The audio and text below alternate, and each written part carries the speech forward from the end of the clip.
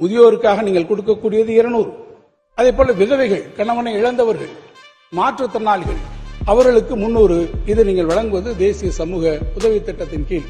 ஆனால் இந்த தொகையை வைத்துக் கொண்டு எப்படி ஒருவர் தங்களுடைய அடிப்படை தேவைகளை பூர்த்தி செய்ய முடியும்?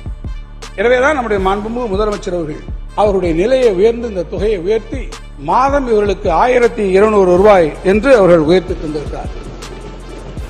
இதுதான் மனிதநேய மிக்க ஒரு அரசாங்கத்தினுடைய கருணையினுடைய வெளிப்பாடு எங்கே அமைந்திருக்கிறது என்று சொன்னால், எந்த இடத்தில் நம்முடைய கருணை பார்வை வர வேண்டும், சமுதாயத்தின் விளிம்புநிலை மக்களுக்கு அந்த கருணை பார்வை வர வேண்டும் என்கிற நோக்கில் தான் முதலமைச்சருடைய கடைக்கன் பார்வையும் கருணை நோக்கோடு இன்றைக்கு அவர்களுக்கு கைதூக்கி விட்டிருக்கிறது என்பதை நான் இங்கே உங்களுக்கு எடுத்துச் சொல்ல கடமைப்பட்டிருக்கிறேன். நகர்ப்புறங்களிலே வீடுகளை கட்டுவதற்கு உங்கள் அனைவருக்கும் தெரியும், ஒரு வீட்டை நகர்ப்புறத்தில் கட்டுவதற்குரிய சூழ்நிலையில் இப்போது ஏறத்தாழ 15 லட்சம் ரூபாய் செலவழிக்கக்கூடிய ஒரு நிலை இருக்கிறது.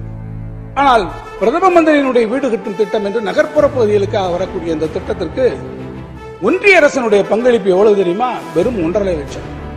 15 லட்சமாவது குறிப்பிட்ட வகையில் ஆகிற போது 1.5 லட்சம் தான் நம்முடைய 10% பங்கு மட்டும்தான் ஒன்றிய அரசாங்கம் அங்கே இருந்து நமக்கு தருகிறது.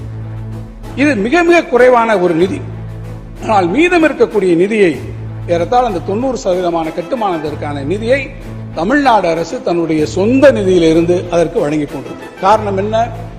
ஒன்றிய அரசு நிதி கொடுக்க மறுத்துவிட்டாலும் நம்முடைய மக்களுக்கு நாம் அந்த நிதியிலிருந்து, நம்முடைய சொந்த நிதியிலிருந்து அவர்களுக்கு அந்த பணத்தை வழங்க வேண்டும், நிதியினை வழங்க வேண்டும். காரணம், குடியிருப்பது என்பது மனிதன் வாழ தேவையான ஒரு அடிப்படை உரிமை என்ற வகையில் நம்முடைய மாண்புமிகு முதலமைச்சர்கள் அன்றைக்கு பெருந்தன்மையோடு இன்றைக்கு அதை தந்து கொண்டிருக்கிறார்கள். ஆனால் அதற்கு பேர் என்பதோ வேறு பேர்களை நீங்கள் வைத்துக் கொள்கிறீர்கள். அதை பற்றி எங்களுக்கு கவலை இல்லை. தமிழ்நாடு அரசை பொறுத்தமட்டில் தமிழ்நாடு அரசு மக்களினுடைய நலனுக்காக செயல்பட்டுக் கொண்டது. ஆனால் ஒன்றிய அரசு நீங்கள் பேர் வைப்பதிலே காட்டக்கூடிய ஆர்வத்தை பார்க்கிற போது நீங்கள் விளம்பர நோக்கத்துக்காக அதை நீங்கள் செயல்படுத்திக் கொண்டிருக்கிறீர்கள் என்பதை நான் சொல்லுவேன்.